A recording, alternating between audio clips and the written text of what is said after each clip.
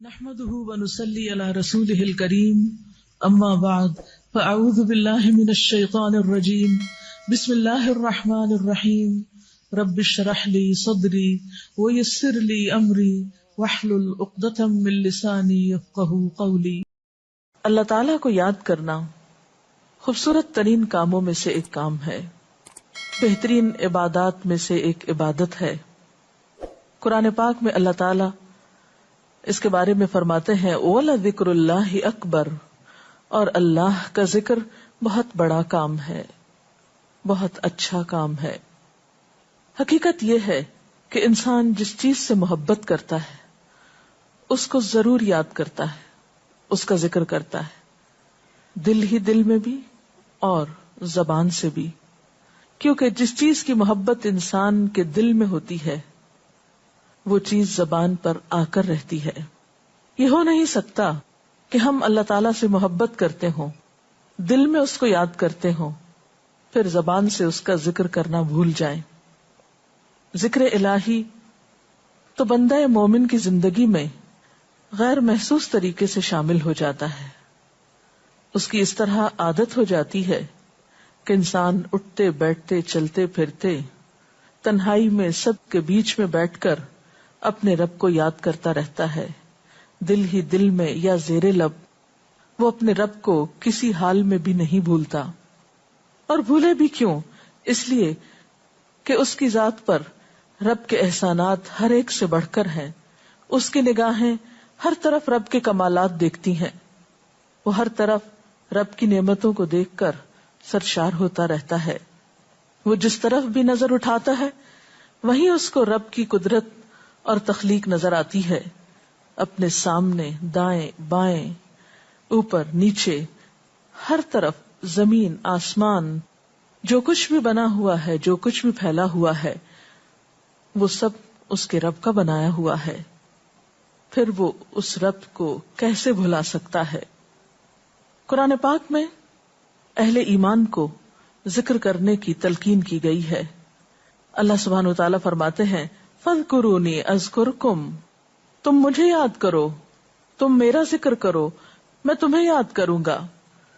ایک اور جگہ پر فرمایا وَاذْكُرْ رَبَّكَ فِي نَفْسِكَ تَضَرُّعًا وَخِيفَةً وَدُونَ الْجَهْرِ مِنَ الْقَوْلِ بِالْغُدُوِّ وَالْآصَالِ وَلَا تَكُن مِّنَ الْغَافِلِينَ، اور اپنے پروردگار کو دل ہی دل میں عاجزی اور خوف کے ساتھ اور آہستہ آواز سے صبح و شام یاد کرتے رہو، اور دیکھنا غافل نہ ہونا، یعنی رب کی یاد سے کبھی بھی غفلت اختیار نہ کرنا۔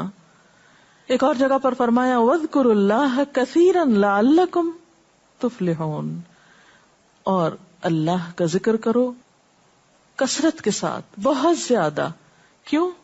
لَعَلَّكُمْ تُفْلِحُونَ، تاکہ تم فلاح پاؤ، کامیاب ہو جاؤ۔ اس سے پتہ چلتا ہے کہ اللہ تعالیٰ کو یاد کرنا کامیابی کی علامت ہے، اللہ کے ذکر میں کامیابی کی ضمانت ہے۔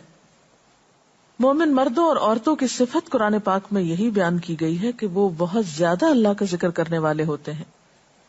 سورۃ الاحزاب میں آتا ہے وَالذَّاكِرِينَ اللَّهَ كَثِيرًا وَالذَّاكِرَاتِ، اور اللہ کا ذکر کرنے والے مرد اور اللہ کا ذکر کرنے والی عورتیں جو کثرت سے اللہ کا ذکر کرتے ہیں۔ کثیرًا اعد اللہ لہم مغفرۃ واجرا عظیما، اللہ نے ان کے لیے بخشش اور بہت بڑے اجر کا وعدہ کر رکھا ہے۔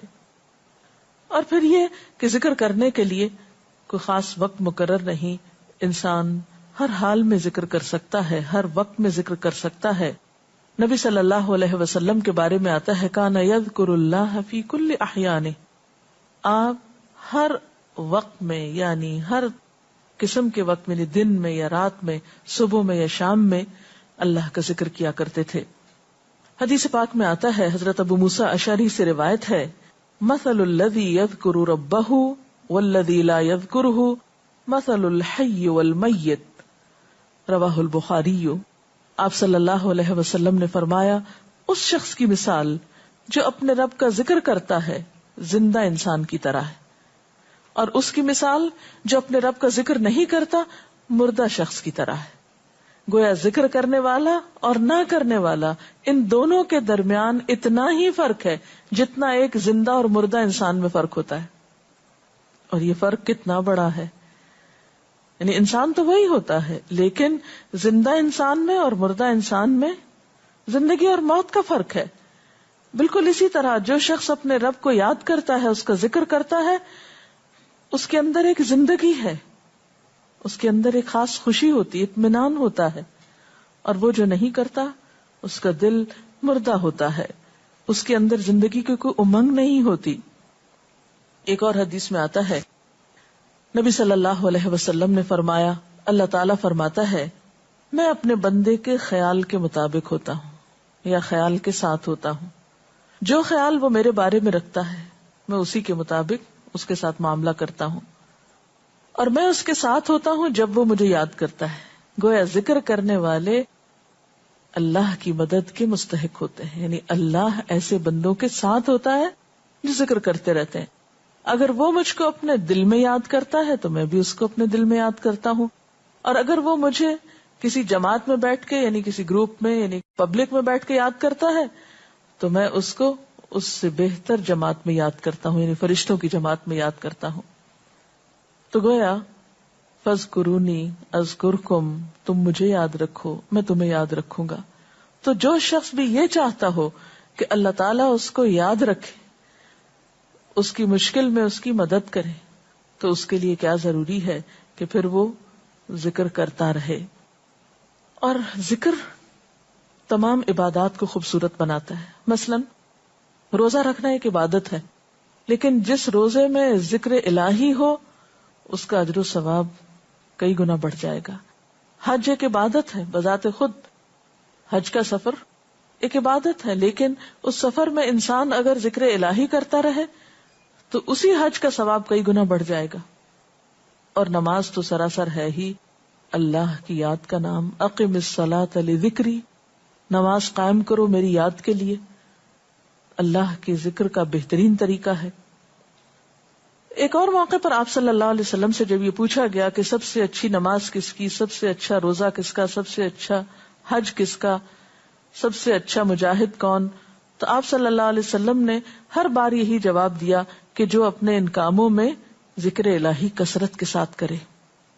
اور ذکر کرنے والے ہر میدان میں آگے نکل جاتے ہیں. حدیث پاک میں آتا ہے نبی صلی اللہ علیہ وسلم نے فرمایا، مفردون سبقت لے گئے. لوگوں نے پوچھا کہ یہ مفردون کون ہیں؟ فرمایا وہ مرد جو کثرت کے ساتھ اللہ کا ذکر کرتے ہیں اور وہ عورتیں جو کثرت کے ساتھ اللہ کو یاد کرتی ہیں. اور یہاں آپ نوٹ کر رہے ہیں خاص طور پر مردوں کے ساتھ ساتھ عورتوں کا ذکر بھی ملتا ہے. حضرت عبداللہ بن بصر فرماتے ہیں کہ ایک شخص نے عرض کیا، یا رسول اللہ صلی اللہ علیہ وسلم، بے شک اسلام کے احکام مجھ پر بہت ہیں، یعنی ذمہ داریاں بہت ہیں، کرنے کے کام بہت ہیں. آپ مجھے کوئی ایسی بات بتائیں جسے میں اپنے لیے لازم کر لوں، یعنی میرے لیے آسان ہو اور میں پابندی سے کر سکوں. تو آپ صلی اللہ علیہ وسلم نے فرمایا، لا یزال لسانک رطبا من ذکر اللہ، کہ ایک چیز پابندی سے پکڑ لو، اور وہ کیا کہ تیری زبان ہمیشہ اللہ کے ذکر سے تر رہے، ہر دم اللہ کو یاد کرتے رہو. اور یہ حقیقت ہے کہ انسان کوئی بھی کام کر رہا ہو، مثلا خواتین کھانا پکا رہی ہیں، گھر صاف کر رہی ہیں، واک کر رہی ہیں، کوئی بھی کام کر رہی ہیں اس طرح کا، تو اس میں ساتھ ساتھ اللہ کی یاد کرتی رہیں. سبحان اللہ، الحمدللہ، اللہ اکبر، استغفر اللہ، لا الہ الا اللہ، ان اذکار کا ورد کرتے رہیں، تو اس میں کام بھی ہوتا رہے گا اور اس کے ساتھ ساتھ اللہ کی یاد بھی ہوتی رہے گی. خصوصی طور پر 2 کلمات ایسے ہیں جن کے بارے میں بہترین اجر کی خوشخبری سنائی گئی. آپ صلی اللہ علیہ وسلم نے فرمایا، کلمتان، 2 کلمات ایسے ہیں، خفیفتان علی اللسان، جو زبان پہ بہت ہلکے ہیں، یعنی پڑھنے میں کچھ مشکل نہیں، ثقیلتان فی المیزان، میزان میں بہت بھاری ہیں، حبیبتان الی الرحمن، رحمان کو بہت محبوب ہیں. اور وہ کیا ہیں؟ سبحان اللہ و بحمدہ، سبحان اللہ العظیم. چلتے پھرتے، اٹھتے بیٹھتے، کام کاج کرتے، تسبیح پڑھتے رہنا، ذکر کرتے رہنا انسان کے دل کو جہاں اطمینان بخشتا ہے وہاں اس کے کام کو آسان بھی کر دیتا ہے اور اللہ کی مدد بھی ساتھ ہوتی ہے. اور قرآن پاک میں ایسے لوگوں کے لیے خوشخبری ہے، الا بذکر اللہ تطمئن القلوب، سنو اللہ کے ذکر سے دلوں کو اطمینان ہوتا ہے. اور ویسے بھی میزان میں بہت بھاری نیکی ہے. ایک حدیث میں آتا ہے کہ رسول اللہ صلی اللہ علیہ وسلم نے لوگوں سے پوچھا، کیا میں تمہیں نہ بتاؤں کہ تمہارے اعمال میں سب سے اچھا عمل، سب سے پاکیزہ اور تمہارے درجات کو سب سے زیادہ بڑھانے والا، اور جو تمہارے لیے سونے چاندی کے خرچ کرنے سے زیادہ بہتر ہو، اور اس سے بھی بہتر ہو کہ تم اپنے دشمنوں سے ملو، ان کی گردنیں تم مارو اور وہ تمہاری گردنیں مارے، تو کیا ایسا عمل نہ تمہیں بتاؤں؟ صحابہ نے عرض کیا، ضرور یا رسول اللہ صلی اللہ علیہ وسلم، ہمیں ایسا عمل بتائیے. تو آپ نے فرمایا وہ اللہ کا ذکر ہے. یعنی تمام اعمال میں وہ سبقت لے جاتا ہے.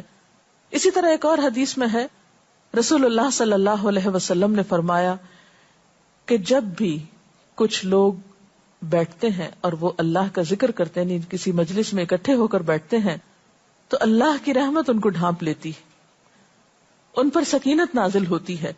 اللہ تعالیٰ ان کا اپنے ہاں ذکر کرتے ہیں. گویا اکیلے بھی ذکر کیا جا سکتا ہے اور کسی مجلس میں اکٹھے بیٹھ کر بھی. پھر اسی طرح صبح و شام بھی، جیسا کہ قرآن پاک میں آتا ہے، وَسَبِّحْ بِحَمْدِ رَبِّكَ قَبْلَ طُلُوعِ الشَّمْسِ وَقَبْلَ غُرُوبِهَا، اپنے رب کی تسبیح بیان کرو سورج نکلنے سے پہلے اور اس کے غروب ہونے سے پہلے. ایک اور جگہ پر آتا ہے وَسَبِّحْ بِحَمْدِ رَبِّكَ بِالْعَشِيِّ وَالْإِبْكَارِ، اپنے رب کی حمد و ثنا بیان کرو عشی کے وقت یعنی عصر کے وقت، والابکار اور صبح کے وقت.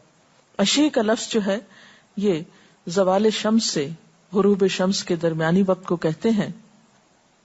پھر اسی طرح انبیاء علیہ السلام کے بارے میں ہم دیکھتے ہیں، حضرت داؤد علیہ السلام بہت خوبصورت آواز سے، بہت خوبصورت انداز میں